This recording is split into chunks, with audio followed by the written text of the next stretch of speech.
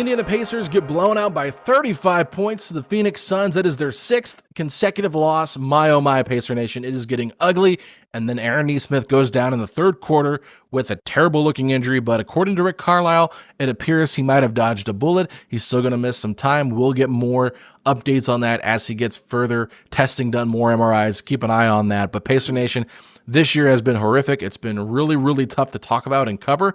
Don't really know how to evaluate this team, but we're going to talk about what this team has looked like through the first 12 games. We're going to not just break down what happened in this game a little bit, but we're going to break down what's been going on this whole season, guys that are not taking advantage of this opportunity and what that could mean for their future with this team. So a lot of interesting conversation on this episode here with my good friend Destin Adams, who does a great job covering the Indianapolis Colts for A to Z Sports, but he's also a massive Pacer fan and a very big IU basketball and football fan. So really enjoyed talking with Destin. And to make this episode fun, I threw out a fake trade idea so we can discuss that. And maybe moving forward, if the Pacers continue to have such a tough season where they're just losing all these games, we'll come up with some fun, gimmicky things to make these post-game shows more enjoyable than just sitting here talking about this team losing by 35 points, okay? Because what else is there to say besides they sucked in this game, all right? There's more to it, I know that, but we're going to break that down on today's show. But before we get into the show, I got to tell you about our great sponsors over at Ripple Bagel and Deli. Ladies and gentlemen, if you have not been down to downtown Broad Ripple and tried out a steamed bagel sandwich from Ripple Bagel and Deli, you are missing out. As you're watching this video here on YouTube, you can see all the different combinations of bagels that they have and the sandwiches that they have. They're delicious. Now look, you can try the Setting the Pace sandwich, which is a salami turkey pastrami sandwich on an everything bagel with cream cheese and lettuce. It is very delicious. I know a lot of people that have tried it have said they've loved it. There are some people that don't love that combination of meat, or they don't like an everything bagel. You can substitute. You can do what you want. You can modify it however it fits to what you like. But I'm telling you, if you're a fan of Setting the Pace, you're going to love Ripple Bagel and Deli. Great people, great sandwiches, and tell them you heard about it on this podcast. Now, without further ado, let's get to a commercial break, and then I'm going to bring on Destin Adams to talk about this Pacers team and what we've seen through the first 12 games. This is Tyrese, and you're listening to Setting the Pace. Pacer Nation, welcome back to another episode here of your go-to Pacers podcast, Setting the Pace. And the Indiana Pacers, they lose to the Phoenix Suns 133-98. Oh boy, a 35-point loss, the worst one of the road trip. They get outscored by 107 points in 4 games on this road trip. Everything is going wrong. Aaron Nesmith ends up leaving the game with what looked like a very bad knee injury in the third quarter. So here to talk with me about this game, this blowout loss, this terrible Pacers team that's 1-11 now, it is Destin Adams, who does a great job covering the Colts, but also does keep up with the Pacers. So Destin, how's it going, man? Hey, it's going. That was a game. I don't know if there's anywhere other way to put it. Like, that was a basketball game that we watched barely. This team, man. This team, Alex. Where do we go, Destin? I mean, honestly, like, I think what is like the most telling point of this whole entire team right now, the game got so bad in the fourth quarter that FanDuel Sports Network lost power in their truck. They weren't able to show the majority of the fourth quarter. Chris Tenary is on a cell phone with a technical difficulty screen giving us play-by-play. And at one point, he's like, the Phoenix Suns now lead by 39. The Phoenix Suns now lead by 41. Then we finally get the feedback, and he said, well, we were down by 46 at one point. I said, this is the season from hell. And I honestly never want to talk about this season again, but here we go. We are only 12 games into the season. I've got 70 more games of this to cover and 6 more months, basically. I don't know if I can do it. Yeah, I mean, what a fall. Once Game 7 happens how it happens, the heartbreaking moment with Halliburton, there was probably like a sense of what the 2025 season was going to be. But like, you're returning almost the entire team. You minus Halliburton from the equation. They've overcome so much over that last season. I was a person that wanted to lose games. I'm going to put my hand up. I'm going to say it. People can boo me all they want. I've heard it all about people being anti-tank. I've been a person that wanted to lose. This road trip is not how I want to lose. I've been team competitive losses. Not a competitive road trip, Alex. Not a competitive road trip. Well, and I think that what you're saying, like you want to see from this team, actually isn't the worst thing, right? Because I've just said I want to refuse talking about tanking until at least January, because the draft is not till the end of June, and that is a very long time to sit here and analyze college basketball prospects, and I don't want to do that for the entirety of this season. But I will say that not having competitive losses, it means you're not seeing development from your players. And I think at that point, when you're down by 40 points, like, what are you really going to see out there from Ben Sheppard, Jarace Walker out there in a competitive game, like in a non-competitive game? Nothing. And so that's what's more frustrating than anything. It's like you can just see the level of frustration that is building up with this team. And Pascal Siakam, I think that he said it a few weeks ago, like, yeah, you're tired of losing, you want to win, and you got to just kind of keep focused. But when you're getting beat like this, and you're just making so many like ridiculous turnovers, and just not competing at a high level, it's hard. I mean, he was annoyed with different players on the Suns in the first half. He's rolling eyes at Sheppard. He's rolling eyes at teammates that aren't helping him out on defense. It's just so much miscommunication out there on the floor. And even Jenny Busick said it at halftime. Like, we played to our game plan, and they just hit every single shot in the mid-range. And so it's like, at some point, I think the Pacers are going to get some good luck here. It just, everything is terrible early on. And I mean, falling to 6 games in a row and 1-11 on the season. Really, they're a 21-5 run away against the Warriors, where they probably are winless this year, 0-12. It's been looking pretty ugly after the first week seemed to be a little bit promising with some close losses. Yeah, I mean, I think guys like Siakam is why you're never going to see teams in terms of players on the court actually tank, because the Pacers are losing basketball games. Like, the Pacers are not going out there trying to lose basketball games, but they're losing them. And you can see the frustration with Siakam, like you said.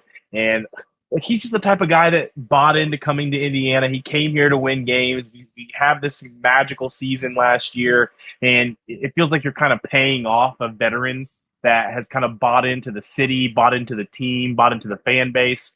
And then you have this kind of season where you're just not playing good basketball. And that's worse than tanking. Like, when you're just flat out being beaten to a pulp most nights, and injuries are playing a part of it, but you're seeing guys just not play good basketball. And that's frustrating to watch. And I feel for guys like Siakam right now. I do.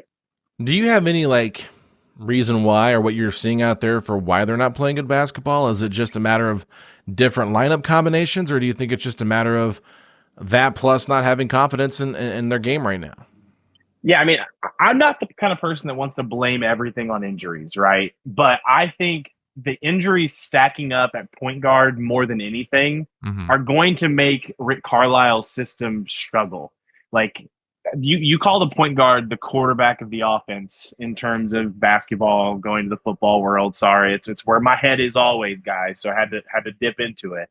But when you have that much impact and that much instability at that position, like, I just feel like there's no structure. There's no consistency at that position, because there's just been so much fluctuation of who's running the offense on every given night. And they've had hardship deals. They've, like, at the end of the season, it's going to be fun to just like go through every single player that's played point guard minutes on the Pacers, because it could be like our version of like the Browns quarterback jersey, but ours is in one season. And I really think that instability at point guard is just causing so much dysfunction on the offensive end. And if you take away the Pacers offense, it's going to be hard. I mean, they're a team that's offense turns into defense at a very high rate. And we saw at the end of last year, like, how good that system can be. And now you're kind of just taking their legs from underneath them, and you're seeing them fall flat on their face as a result. Yeah, and I would say, like, you finally get McConnell back, but still he doesn't look like McConnell like we saw in the playoffs last year. He's still getting back from that hamstring injury. I was a little bit nervous. I think it was in the third quarter. He might have actually reached for the back of it towards the end of the third. And I was like, I hope he didn't tweak his hamstring playing in this game, being down 30-some points. And Nembhard, to me, has looked pretty solid. And, still getting a good number of assists, still getting up a decent amount of shots, but he's kind of been like the only offense out there. And it's just so many guys missing so many looks. I know Kyle Taylor put out a post where he just showed all the open shots the Pacers are missing. I think they're ranked dead last, and maybe over the last 10 years in terms of like the amount of open shots they've missed. I know Ben Sheppard was like number 1 in the NBA with missed open shots. And so it's like you're still getting decent looks. It's just been that kind of year for the Pacers. And it's really hard to kind of sit here and evaluate because it's like, what are you actually evaluating? It's like I'm sitting out here trying to evaluate a team that had Ben Sheppard running point guard for half the year. And now that you got Nembhard and McConnell back, you're still playing 11 guys in the first half just trying to find anything. And we can go to the starting lineup once again. I know this is a big talking point just because of who's out there, but Jeremiah Robinson Earl and Tony Bradley are starting at the 3 and the 5 for the Pacers. Tony Bradley is on a non-guaranteed contract this year up until around January at some point, and Jeremiah Robinson Earl is on a second 10-day hardship. The fact that Rick Carlisle and the coaching staff have more trust right now in what Jeremiah Robinson Earl does on the floor than what they have in Sheppard and Walker, I think that's pretty telling and really pretty damning, to be honest with you. So I don't really know what direction they go. I was trying to figure out maybe Dylan Brooks is such a head case that it might get to Jarace, it might get to Shep if he's out there doing that, and maybe Jeremiah Robinson Earl can handle it a little bit more. But at the end of the day, I just think that it's kind of sad that one of your more consistent players is a guy on a 10-day contract. And you can just tell at this point, like Pascal, after the first 8 games of the year, he looks like he is going through the motions. This entire road trip, Pascal was okay, not great. And he just, not even just tired, but just doesn't really seem interested right now. And I can't blame him. I mean, losing will do that. I mean, losing does that to a team. Losing will do that to any workplace that you've ever been in. Like, if you're failing over and over and over again and just watching your team fail, that's just a tough thing to kind of swallow. And, I mean, I think guys like Siakam that have won the big one, right? Like, he's brought a championship to Toronto. He came inches away in Indiana this past year. That type of person having to deal with what they're dealing with right now, I just cannot imagine being in that situation as Siakam. And I know some people will probably take it the wrong way when we say that he is kind of going through the motions, but I can't blame the guy. I cannot blame the guy for just feeling a sense of defeat almost at this point. And I think the point you're making about Jarace and Ben, they've had situations with young players that are hurt, which is hurting things because you're not going to at least have the fun Furphy minutes. We're not going to get to see Furphy having these minutes where he just yams on somebody, right? And getting that little bit of excitement that playing a guy that hasn't gotten to play early in his career gets. But they're not even willing to play Walker and Sheppard over these guys right now because they're losing so bad that they really can't just put things on the back burner for young guys to develop right now. Mm-hmm. And it's a tough spot to be in. It really is for this team. And I don't know how it gets better, but it's obviously going to be better than what we saw tonight. I cannot imagine this is the highest point of the season by any blow. It can't get any worse than this. I mean, you're losing by 35 points on the road to a good but not great Phoenix team. I mean, the fact that they just let Dylan Brooks get so comfortable, and everybody in Utah, the previous game, they were just hitting everything. I've tried to at least look at this somewhat positively and say, okay, look at it in 10-game increments and see what this team is like after 20 games. But even that, right now, I just feel like I'm grasping at straws for anything. And it's what am I supposed to sit here and tell Pacer Nation that is hoping for something to turn around with this season? I mean, yeah, getting McConnell back is huge, but one thing I've been thinking about, it's if this roster was fully healthy right now without Halliburton, and you've seen the first 12 games, would your rotation still consist of Sheppard and Walker being in the rotation? I'd say probably not. I think you can make the case that your starting 5 would be the first starting 5 you rolled out there with Nembhard, Mathurin, Nesmith, Siakam, and Isaiah Jackson. And then your backups, I think solidified would have to be Tony Bradley at the 5. I think TJ would be your 1. And then Obi Toppin would be your 4, assuming he's healthy, right? And then I think for the 2-3, you can make the case that Johnny Furphy and Quentin Jackson would be more enjoyable / give you a better chance to win than what you're seeing from Jarace Walker and Ben Sheppard. Those two guys, absolutely. Walker had some moments tonight. He did some good things, but for the most part, these are two guys, Sheppard with a ton of playoff experience and Jarace as a lottery pick. They just don't seem hungry to me. And I don't know what to say, but it's just how can you not be hungry? How can you not play with your hair on fire with this opportunity right in front of you? When do you think you're going to get that again? And I'm mostly speaking about that to Jarace. I think Sheppard's trying. Sheppard always tries, but he's just not really efficient. And I think Quentin Jackson and Furphy might give you a little bit more. And I'm curious your thoughts if that's how you think it would play out. Yeah, I mean, I think with guys like Ben Sheppard's offensive game is so limited. I've always been someone that said if Ben Sheppard doesn't hit his first corner look, I'm not going to expect much offensively from him. I'm just not. He can be a solid defender, obviously, but I just think on this Pacer rotation, it's hard to have a guy out there if he just is not going to have any impact offensively. And I think Sheppard is a guy that you find out very quickly in his minutes if he's going to be effective on the offensive end.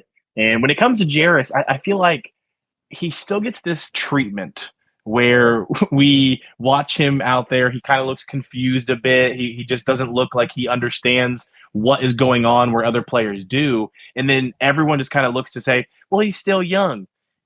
We're multiple years into his career now. And it gets to the point where you cannot continue to say that as an excuse. And it gets to the point of, well, that's why he's not playing. Like that's why he's behind the guys he's behind right now, because there's just a disconnect in terms of his understanding of where to be on the floor at times. I just don't, even through all these struggles that we're having, I feel like there's not a single player on this Pacer team that you can watch play and think he just doesn't really know what's going on more often than Jarace Walker. And I think that's a problem. Can I make a Colts comparison here and get your thoughts on this? It's probably not going to be a great one, but do you see any parallels between Jarace Walker and Juju Brents? I mean, that's an interesting one. I mean, I think another one that people would probably say going young player is probably like Adonai Mitchell, in terms of just having the talent. You see the little flashes, and we've seen it with Jarace. We've seen his playmaking ability. We've seen him be able to defend at a high level. We've seen him finish through contact. The problem is those things just don't come together enough. Mm-hmm. And I think with Adonai Mitchell, we saw that with the Colts. And I think Juju's an interesting one as well. I think the thing with Brents is he really struggled in terms of staying healthy. Yeah. And in football, once you start to have those soft tissue injuries just stacking up like he did with hamstrings and things like that, like it just becomes hard. And you saw the Colts just move on from him this offseason as a result, because they just couldn't rely on him to be on the field. Yeah, now he's with Miami, and he finally got a start last week against the Bills, and they get a big win. So it's like, I don't know. I don't think AD Mitchell's going to do too much for the Jets. I think he had some drops tonight that people were talking about on Twitter. I didn't watch the game, so I'm just going to be honest. But, you know, I like your comparison of AD Mitchell. I think it actually is more, like I said, that's why you're the Colts guy. I think it's a better parallel. And to me, this is where I feel like it almost feels like the pick made sense for Indiana, but then they went out and got Obi Toppin. Then they went out and traded for Pascal Siakam. And now they've kind of tried to transition Jarace from a 4 to a 3. And he just doesn't play at a consistent level of force that I think will ever reward him the playing time that he probably thinks he deserves. And so I don't know what they're going to do with him. I know that he's still under his rookie contract, but to me, he seems like a pretty interesting trade piece for this team moving forward. And one thing I want to do on this podcast, and maybe I'll do it moving forward on these post-game shows because they're going to be hard to talk about, is coming up with a trade idea just to make it interesting so we can have something to talk about. And I did tweet something out tonight. It was a video of Yves Messi from the New Orleans Pelicans. That was a highlight reel of his video, or from his season last year. And he had a monster dunk on Miles Turner. And so it was like, okay, I got to share this just because, I mean, what else do I have to talk about this season? And there was a Bleacher Report article that said Yves Messi for Jarace Walker as their trade idea, and it works for both teams. I expanded that trade a little bit more. I threw in J Huff with Jarace Walker. Now, I didn't throw picks in there, so we can talk about that, but you're getting Jose Alvarado, and you're getting Yves Messi back, and I think that, to me, would be a slam dunk for the Pacers if they can get Yves Messi in here as a potential guy in the center rotation, because you know what you got with Tony Bradley. The ceiling is very limited. Isaiah Jackson, still pretty much a roller coaster of a guy, but I think Messi might give you a little bit more than Ajax does, and I'd be intrigued to see them go after that and at least get to see him in a uniform and see what he could look like with this team before you trade for him in the offseason without having any idea. Yeah, I mean, I don't dislike it. I mean, I think getting an upgrade at big is definitely a big need. I think the big thing with Jarace, and I think first and foremost, I think some people will not agree with me on this. I like that the Pacers swung on a high upside player. I just don't think that's the route they typically go in the draft, especially when they had to pick that high in comparison to where we've kind of lived as a franchise in the middle of those rounds. I really like that they took the swing. It hasn't worked out, but I think we've seen so many teams swing on upside early and it work out that I think the reason that they did it was right. It just didn't. It just hasn't worked out. And I think trading him makes a lot of sense. I almost think waiting till the offseason to do it may optimize things for the Pacers more, though, just because I think more teams will be in terms of pushing themselves to what direction they're going as a franchise, if they're rebuilding, if they're planning on contending. And I think when you find those teams that are just going to be willing to play a young guy through struggles, like that's where you're going to get the most for Jarace. I just don't think a team is going to look at what Jarace is doing in terms of, I mean, if we're noticing that he's being put on the bench over these 10-day contract players, other teams are obviously noticing that as well. So I can't imagine that trade even go, like if you're them right now, I can't imagine you're accepting this trade in terms of right now production, especially because they have to win. Yeah. As we all know, they can't lose. I think waiting until the offseason, seeing how, I mean, I'm team tank, have been team tank since day one. I want to lose games, but I want to do it more competitively than they have been doing. So figuring out where that pick ends up, figuring out where you're going with that pick, and then using Jarace to kind of trade to fill a hole, like a center, because I can't imagine if you end up high in this draft, you're taking a center, looking at the prospects that are in this class, obviously. Using Jarace to upgrade the center spot while using that pick to upgrade elsewhere, like I think it makes a lot of sense I'm trying to hit that sim to 2026 button as fast as I can. Yeah, I wish we could do that. I wish we could fast forward and just kind of see what the draft lottery looks like, where the Pacers will be at. And, one thing I think to keep an eye on, too, is could the Pacers be sellers and sell off of some of their talent to get more picks potentially in this draft? I know some people will say, why are we talking about this already? Listen, we're just trying to have a conversation that's not just all doom and gloom about how bad the Pacers just played and lost by 35 points. Okay, if you guys want to do that, we can spend all episode long talking about a 35-point loss. There's not that much to say. This team just isn't in sync right now. They suck. They're not playing good basketball, one top to bottom. Even the guys that put up good stats, they're not playing great. They're not impacting the game like you want them to. So that's why I think, I think you have your core that you want to keep around, right? But I think a lot of guys on the edges are very sus. And I'm not saying like sell some of your big name guys, but if there's like players on the margin that it could be a contender looking for something, right? Like, for example, let's say somebody's like, I want Ben Sheppard as like a bench guy for my team. Could the Pacers somehow get a late first round pick for him in this year's draft? Is that worth it? I think it is. I think you have to look at all your options and just see what's out there. Isaiah Jackson, could a team looking for a center want to trade for an Isaiah Jackson? Do you consider that? I think you have to at this point. I don't think he's shown you anything to make you feel confident about him as a long-term answer for the starting center spot either, even if you like him as a backup. I just think with those type of players, more on the fringe of this, not McConnell, not your core. Like I think you have your core 6-7 guys. No pun intended. There were 6-7. I didn't mean to say that, but that's where we're at. And I'm just thinking out loud because I think to me that is the direction I would go, especially knowing like, hey, let's get a couple swings here in this draft if this class is loaded, and if they do land a top 3 pick and they go for that forward position, whether it's Boozer or Debansa, like that's going to be someone that's playing Jarace Walker's position. So, even if you do get one of your top picks, now everybody knows you're probably going to be trading him, which might actually hurt the value a little bit in the offseason as well. Yeah, I mean, it's possible. I mean, other teams are going to have players that are in similar spots, and I think that's where Pritchard has really excelled in the trade market, just finding guys that feels like would be better fits here than where they were there. So maybe not be someone that's producing at high levels that they go after to upgrade their roster, but there's definitely spots. And I mean, in terms of who to answer the call on, I mean, the number of players on the roster right now that like you just would not take calls on is probably lower than people think. Just hearing what the value is out there. I mean, like you're not going to trade Nimhard, you're not going to trade Siakam. Um,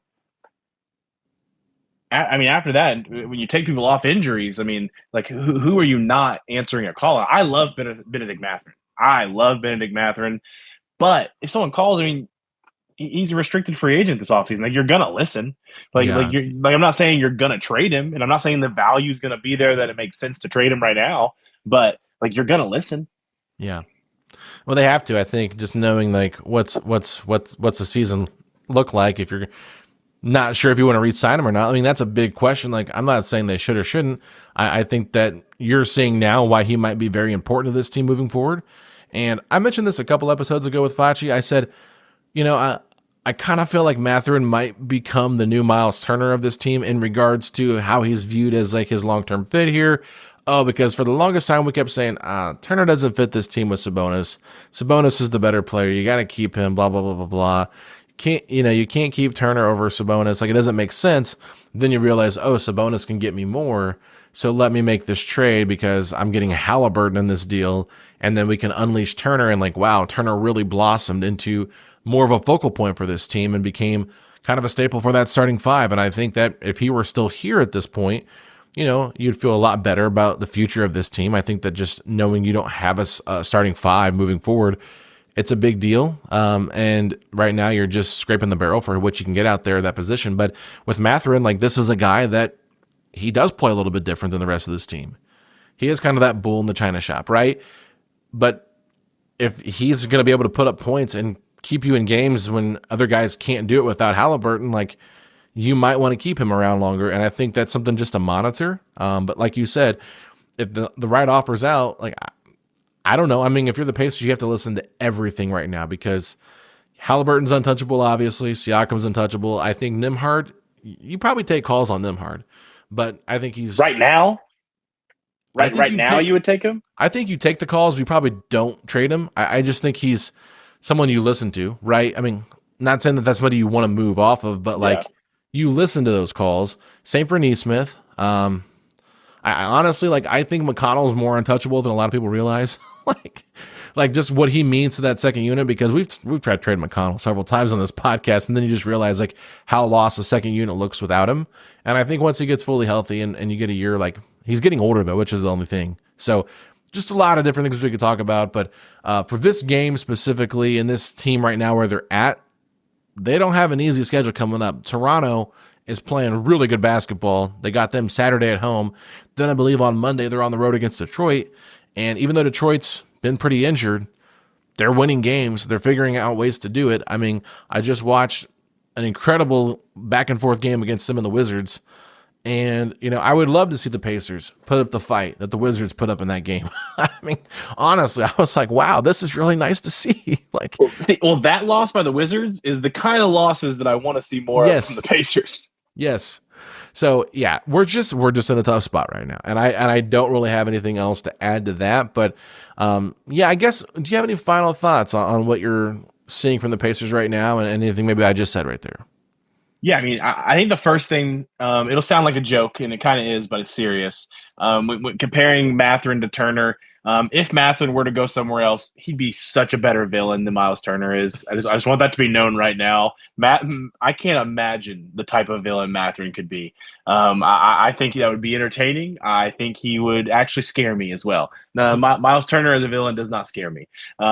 So just first of all, I had to get that out on that comparison. Hey, real quick, I will say Miles Turner to me reminds me of when Peter Parker in Spider-Man 3, the original ones with Tobey Maguire, becomes bad Spider-Man, and he's over there with the long hair and he's acting emo Spider.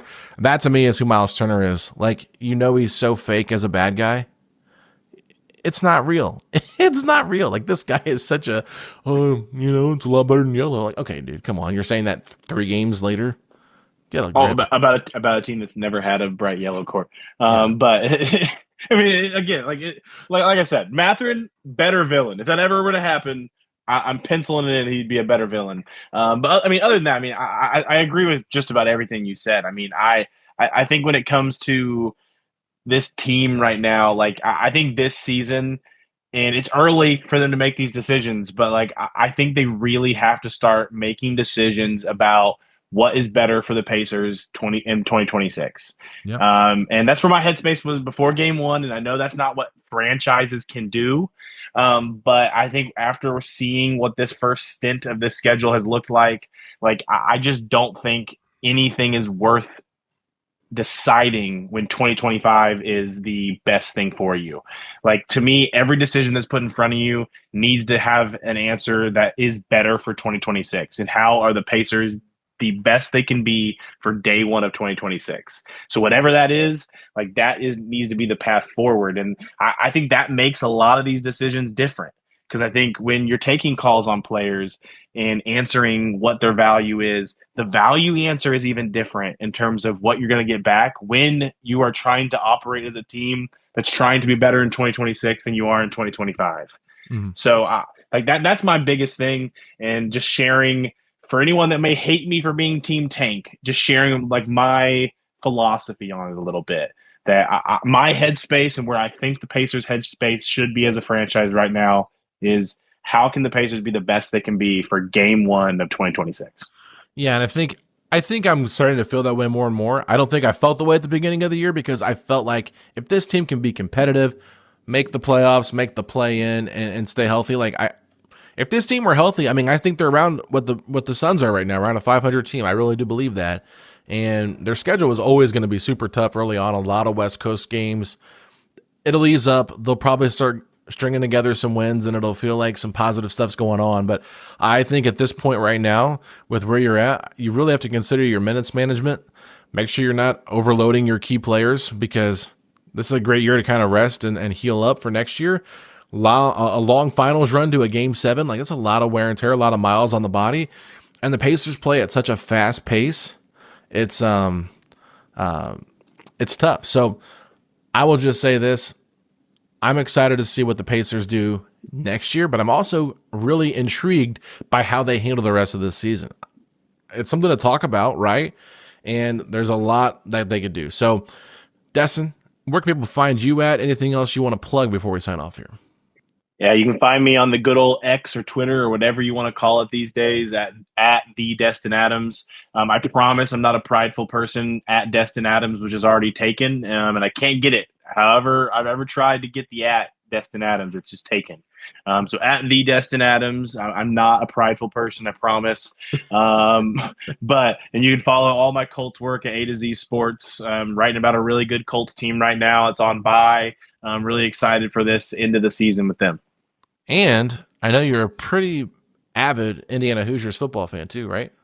Oh, 100%. IU football, IU basketball, and Pacers basketball. I mean, that's where all my fandom is nowadays. The Colts are my job, and a team that I've also followed for my entire life, obviously. But it feels like a lot of my fandom is kind of just went all to the Hoosiers and the Pacers. So. Yeah, and I would say I'm the opposite of that. I'm a big fan of the Hoosiers on football and basketball, and then of course I become a fan of the Colts, right? I've always liked the Colts, obviously being here, but like last couple of years I've just been kind of like wishy-washy on them. I'm just like, I'm not feeling this core. I'm not feeling this regime. I was really out on Chris Ballard. Who wasn't? Who completely flipped the script this year, let's be honest.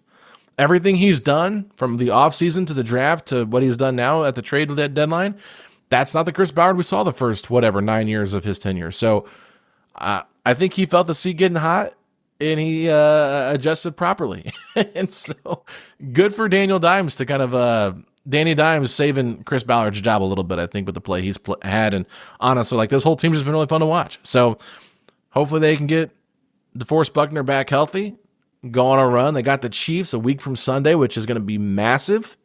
On the road, 1:00 start, which is kind of crazy to me, but should be a primetime game, honestly. It may be better for the Colts. It may, to not let Patrick Mahomes play in primetime, and you just get him in the early slate. They don't play in that 1:00 slot a lot, so yeah. Maybe it works for the Colts. Maybe it does, and maybe Tyler Warren shows Travis Kelce that he is the new face of the tight ends in the NFL. I think that would be something cool to see. So, Destin, I appreciate your time. Pacer Nation, thank you all so much for tuning in. We'll be back next week with more conversations about this Pacers team. I might even actually do a recap show on Saturday if the Pacers give me anything to talk about against the Raptors. But with that being said, hope you all have a great weekend, and we will talk to y'all soon. Peace out, Pacer Nation.